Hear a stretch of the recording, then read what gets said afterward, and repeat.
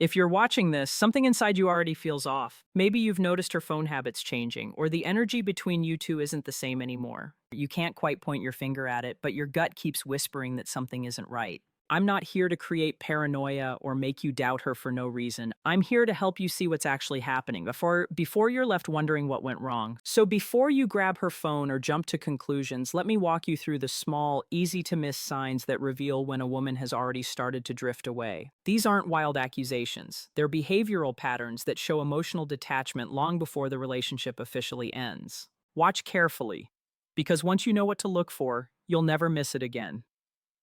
Sign 1. The phone flip. At first glance, it seems harmless. She starts placing her phone face down on the table. Maybe she says she's trying to stay present, or she's on a digital detox. But think back, she didn't used to do that. Her phone used to sit face up, notifications visible, sometimes even asking you to read her texts when she was busy. Now, suddenly, it's always screen down. Why does this matter? Because that simple motion isn't about technology, it's about boundaries. When someone flips their phone over, they're not just hiding the screen, they're building a small emotional wall between two parts of their life. It's a physical way of separating you from a version of themselves they don't want you to see. The irony, if you ask about it, she'll likely make you feel like you're overreacting. It's just a phone, she'll say. You're being paranoid. That's classic gaslighting. When guilt kicks in, deflection becomes self-defense. And this is often the first breadcrumb that something deeper is happening behind the scenes. Sign 2. The sudden glow up.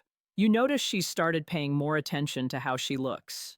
New clothes, a fresh hairstyle, maybe even a gym membership. At first, you think, great, she's focusing on herself again.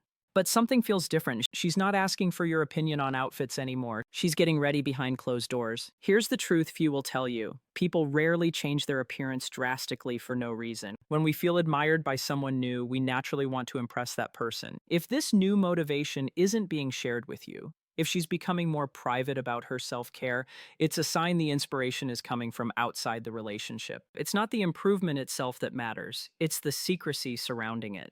The locked bathroom door, the vague answers, the quiet excitement about something you're no longer part of. When appearance upgrades stop being a we thing and become a me thing, it's often because someone else is watching. Sign 3. The emotional disconnect. Once upon a time, you were her go-to person. She'd share her worries, her work drama, her small wins. You were her safe space. But lately, it's all surface level. You ask how her day was, and she says, fine. No details, no stories. This doesn't mean she's becoming more independent. It means she's found another emotional outlet. Someone else is now holding the space you used to occupy. Emotional intimacy is the foundation of every relationship. And when it shifts, it's one of the clearest signs she's investing her feelings elsewhere. When a woman stops turning to you for comfort, it's because she's already found that comfort in someone else. And here's the painful truth. She might not even realize she's doing it. Emotional cheating often starts innocently, as a friend who just listens, understands, or gets her. But every deep conversation, every late-night venting session slowly builds an emotional bridge that takes her further from you and closer to him. Sign 4. The schedule gaps. You start noticing small inconsistencies. She's working late more often. There are new social events, new names, vague explanations like just going out with people from work. Before, she gave you details. Who she was with, where she was going, when she'd be home. Now, everything's blurred. She'll say, I'll be out with the team, but never specify which team. This isn't about lying outright. It's about plausible deniability. If you question it, she can truthfully say she went out with friends without revealing who those friends really are. The goal isn't to deceive perfectly. It's to keep you uncertain enough not to ask again. And if you do ask, she'll flip the script. Why don't you trust me? Or you're too controlling. The more defensive she gets about her time, the less access you have to her truth. Remember this, genuine people with nothing to hide don't need to make you feel guilty for asking honest questions. Sign 5. The intimacy shift. Physical closeness doesn't vanish overnight, it fades quietly. You start noticing fewer hugs, quicker kisses, and more excuses like, I'm just tired, or I'm not in the mood. What used to be natural affection now feels like an obligation. Here's what's really happening. Intimacy isn't just physical, it's emotional vulnerability expressed through touch. When that connection starts drying up, it usually means she no longer feels emotionally safe, or she's emotionally connecting elsewhere. You might think maybe she's stressed, maybe it's work. And yes, that can happen. But when the distance lasts weeks or months, and especially when it's paired with other changes, secrecy, defensiveness, avoidance, then it's not just about stress, it's emotional detachment disguised as fatigue. And sometimes she'll even overcompensate, giving you affection only when she senses you're suspicious. It's not about desire, it's damage control, it's how guilt hides behind a smile. Sign 6, the vocabulary change. Listen carefully, not just to what she says, but how she says it. Her language changes subtly. Words like we and us start disappearing. They're replaced by I, me, and mine. And it's not that she's suddenly become selfish, it's that she's mentally stepping out of the shared identity you built together. When people emotionally detach, their subconscious starts rewriting the narrative, removing you from the picture before they physically do it. You'll hear things like, I need space. I've been thinking about what I want. I'm just focusing on myself right now. These aren't bad things on their own. Self-reflection is healthy. But when they come with secrecy, irritation, and coldness, they're not about growth. They're about emotional exit. This linguistic shift is one of the clearest early signs of someone preparing to leave. By the time you hear it often, her heart's already halfway out the door. Sign 7, the deflection game. You notice she's more defensive than before. Simple questions trigger irritation. You ask, who were you talking to? Yeah. And she snaps, why do you care so much? When honesty becomes conflict, that's not miscommunication, that's avoidance. She's not angry because you asked. She's angry because your question landed too close to something she doesn't want to admit. People in emotional conflict often use deflection to shift focus. Instead of answering, they turn the spotlight back on you. You're being insecure. Yeah, you never trust me. You're acting crazy. It's a classic strategy. Make you feel guilty so you stop asking questions. But don't be fooled. Trust isn't about blind faith. It's about consistent transparency. When someone punishes you for seeking clarity, it's not love they're protecting. It's a secret. Sign 8, the energy mismatch.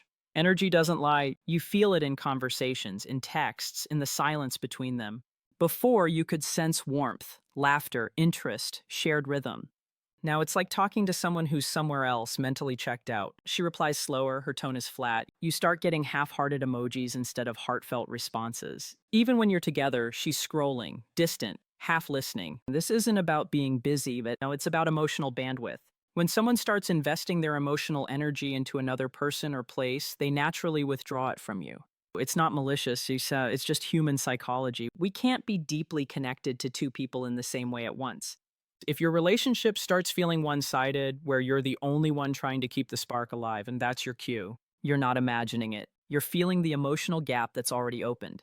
Sign 9, the social shift. She starts building a new social circle, one you're not really part of. You hear new names, see unfamiliar faces in her stories, and when you ask who they are, the answer feels vague, just friends from work. Some people I met at the gym. The truth is, when emotional or romantic attention starts moving towards someone else, the environment around that person also changes. She begins surrounding herself with people who support or normalize her new behavior, even subconsciously. And here's the hidden pain. You'll notice she stops inviting you to gatherings she once begged you to attend. The shared life slowly splits into two parallel worlds. Hers, which you're not in anymore, and yours, which still revolves around her. That's not an accident. It's emotional separation disguised as social independence. Sign 10, the selective memory. Pay attention to how she remembers things. When someone's emotionally checked out, they start rewriting history, focusing on the negatives and forgetting the good. Suddenly, every argument becomes a sign of how unhappy she's been for a long time. Every little misunderstanding becomes proof that the relationship was never right. Why does this happen? Because the mind justifies the heart's decision. When someone wants to leave, their brain starts editing the story to make that exit easier. It's not that she's lying, it's that she's convincing herself that leaving is the only logical choice. So you'll hear things like, I haven't been happy for months. We've always had problems. This just isn't working anymore.